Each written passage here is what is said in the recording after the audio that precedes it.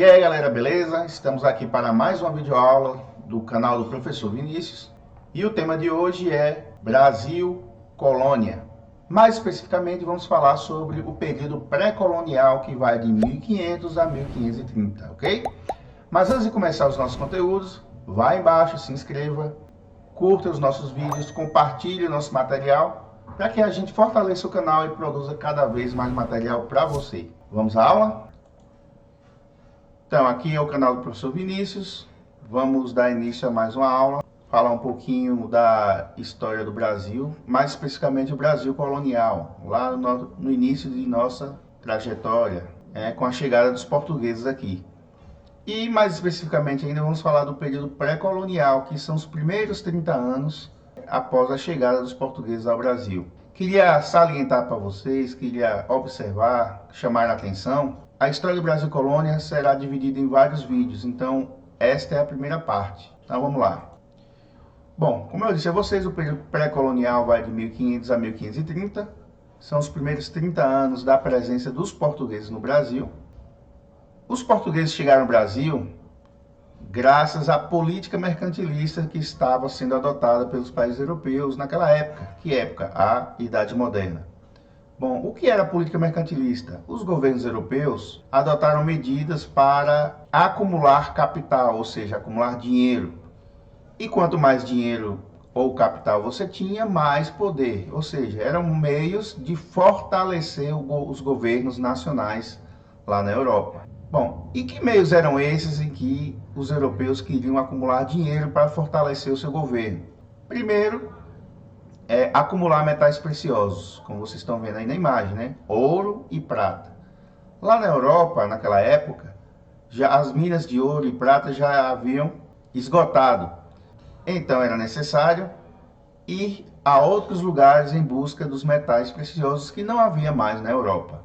Além dos metais preciosos, os europeus também precisavam de matérias-primas para produzir e vender mercadorias, precisava de especiarias, temperos para vender na Europa, ou seja, tudo isso eram formas de acumular dinheiro. Mas como conseguir metais preciosos, como conseguir matérias-primas para produzir mercadorias, como conseguir especiarias? Era necessário navegar. Então, os portugueses deram início à expansão marítima, ou as grandes navegações, como também é conhecido. Inclusive, dê uma olhada aqui em cima no link. Temos uma aula sobre grandes navegações ou expansão marítima, onde eu falo sobre tudo isso aqui, sobre a política mercantilista, sobre as navegações, os objetivos dele ao navegar. Então dê uma conferida no nosso outro vídeo, ok, galera? Então, prosseguindo, era necessário navegar. Então, os portugueses, primeiramente, conquistaram uma boa parte do território africano. No ano de 1498, Vasco da Gama chega à Índia, representando o governo português. E chegando na Índia, os portugueses passaram a ter acesso às especiarias e com isso passaram a dominar o comércio de especiarias na Europa. Por quê? Porque compravam as mercadorias direto na fonte e revendiam mais barato na Europa do que os italianos. 2 anos após Vasco da Gama chegar à Índia, mais precisamente em 22 de abril de 1500, Pedro Álvares Cabral, navegador português, iria fazer uma segunda viagem até a Índia para pegar especiarias e fez um percurso um pouco diferente de Vasco da Gama.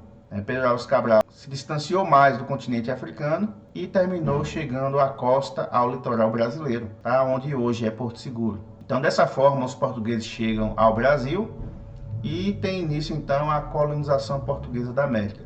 Então, vocês podem ver aqui na imagem Pedro Álvares Cabral. E tem mais um detalhe, diz ainda que quem chegou primeiro ao litoral brasileiro não foi nem Pedro Álvares Cabral, e sim um navegador espanhol chamado Vicente Pinzón, que vocês estão vendo aí na imagem. Mas, controvérsias à parte, oficialmente Pedro Álvares Cabral chega ao Brasil, o primeiro europeu a chegar ao território brasileiro, pelo menos de forma oficial. Antes de começar a falar do período pré-colonial, desses primeiros 30 anos da presença portuguesa no Brasil, é necessário fazer algumas observações. Primeiro, o que é colonizar? Bom, segundo o dicionário Michaelis, colonizar significa migrar para outro território, estabelecer-se em outro território e povoar outro território, ou seja, habitar um novo território. E não foi isso que aconteceu. Afinal, os portugueses vinham aqui ao longo desses 30 primeiros anos, exploravam o território, pegavam mercadorias, pegavam matéria-prima e voltavam para Portugal. Então, se os portugueses não habitaram, não se estabeleceram, não migraram para o Brasil, então, nesses termos, podemos dizer que eles não colonizaram o Brasil nos primeiros 30 anos. Além disso, se formos observar o que é o significado da palavra colônia, né, que é um território controlado politicamente por um Estado, ou seja, um país, não foi exatamente isso que aconteceu. Os portugueses não ficavam o tempo inteiro aqui, então o território não era de fato controlado por eles. Tendo em vista que até franceses vinham explorar o território brasileiro. Além dos franceses, vinham holandeses e ingleses também. Mas os portugueses nem eram presença constante aqui no nosso território. Então, se os portugueses não povoaram, eles não colonizaram. Se eles não dominaram politicamente, não controlaram politicamente o Brasil, também o Brasil não pode ser chamado de colônia, né? Pelo menos nos termos, pelo menos se a gente for seguir a definição dos termos colonizar e colônia. Então, sendo assim, é por isso que esse período dos primeiros 30 anos é chamado de período pré-colonial. Porque o Brasil não foi colonizado, não foi habitado, não foi povoado pelos portugueses e nem foi controlado de fato, né, politicamente falando, pelos portugueses devido à presença de outros europeus aqui no nosso território. Bom, vamos falar agora dos primeiros nomes do Brasil. O Brasil, nem todo mundo sabe disso, mas o Brasil teve vários nomes diferentes ao longo da história. O primeiro nome do Brasil foi Pindorama, que era o nome que os indígenas aqui brasileiros davam à nossa terra. Ou seja, o Brasil era chamado de Terra das Palmeiras pelos habitantes locais, os índios. Com a chegada dos primeiros navegantes portugueses aqui, o Brasil foi chamado de Ilha de Vera Cruz, tá? A princípio eles achavam que o Brasil não fosse não fazia parte de um continente, mas sim que o Brasil era uma ilha, que ao contornar essa ilha chegariam lá na Índia, e não foi o caso. Então, a partir do momento em que os portugueses viram que o Brasil era parte de um continente, eles passaram a chamar o Brasil de Terra de Vera Cruz, e não Ilha de Vera Cruz, tá? Mais tarde, de Vera Cruz, logo passou a se chamar Santa Cruz, né? Inclusive, mostra o caráter também religioso da vinda dos portugueses ao Brasil, né? Porque a Igreja Católica tinha parte nas viagens e navegações, pois ela tinha interesse em converter povos fora da Europa à religião católica. E o nome Brasil. O nome Brasil, de forma mais aceita, o nome Brasil veio da extração da madeira encontrada aqui no Brasil, que era o pau-brasil. O pau-brasil, para quem não conhece, de sua madeira se extrai, de sua casca se extrai um líquido vermelho que é usado para tingir tecidos. Além disso, era um costume português colocar o nome dos lugares em que eles dominavam, colocava o nome pelo produto que mais tiravam daquele lugar. Por exemplo, lá na África tinha a Costa da Mina, né, porque as minas geravam produtos para os portugueses. Lá na África também tinha a Costa dos Escravos, né, porque era o lugar que fornecia escravos para os portugueses. Então, o nome do local geralmente era atribuído ao produto que os portugueses exploravam. No caso do Brasil, como era o pau-brasil, ficou conhecido então o nosso território por Brasil, né, a partir daí. E também costuma-se chamar o Brasil de América Portuguesa. Inclusive trouxe o nome aqui, América Portuguesa, porque em várias questões do vestibular, em vez de citar Brasil, cita-se América Portuguesa, que nada mais é do que a colônia portuguesa na América. Bom, aqui cabe uma pergunta super importante. Por que os portugueses não colonizaram o Brasil imediatamente? Por que os portugueses não povoaram o Brasil? Por que os portugueses não investiram no Brasil assim que chegaram aqui no território? Se vocês se lembrarem da política mercantilista, o objetivo era acumular dinheiro, era ter lucro.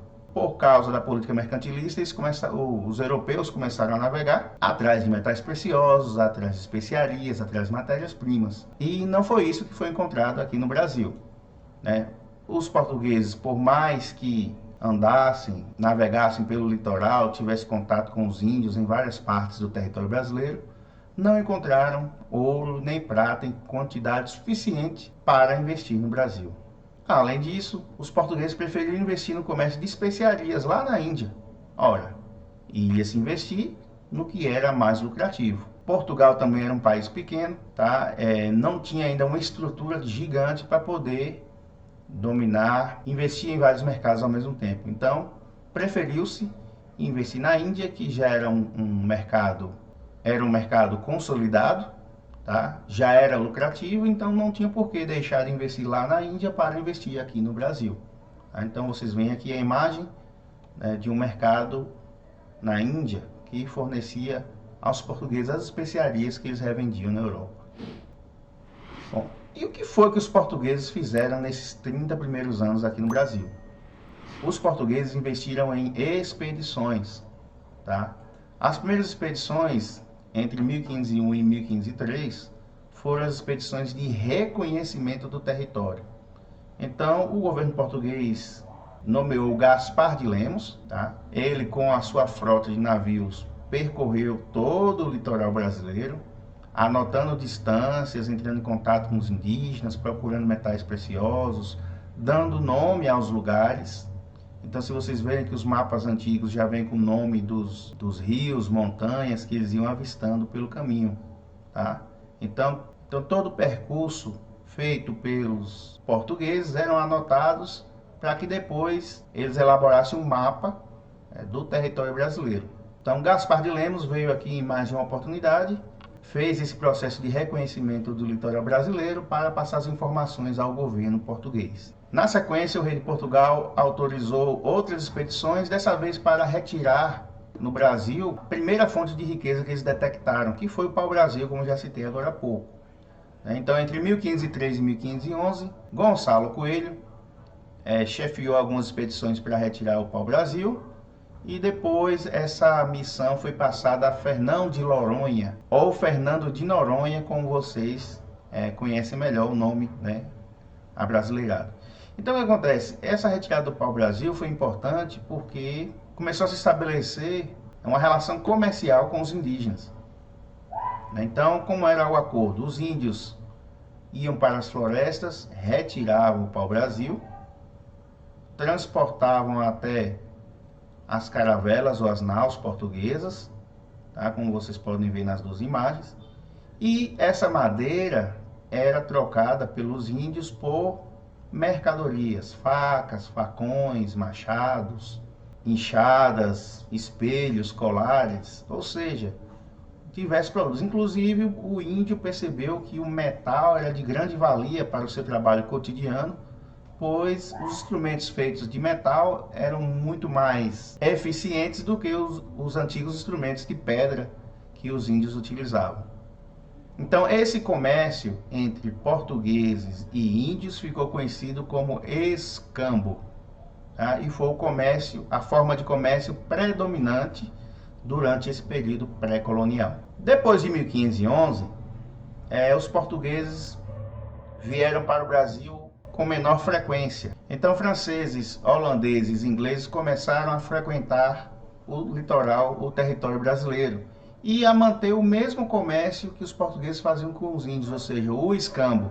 Então, para evitar a presença de outros europeus no território brasileiro, o governo português envia novas expedições ao longo de 10 anos, de 1516 a 1526, chefiadas por Cristóvão Jacques, com o objetivo de evitar a presença de outros europeus aqui no Brasil.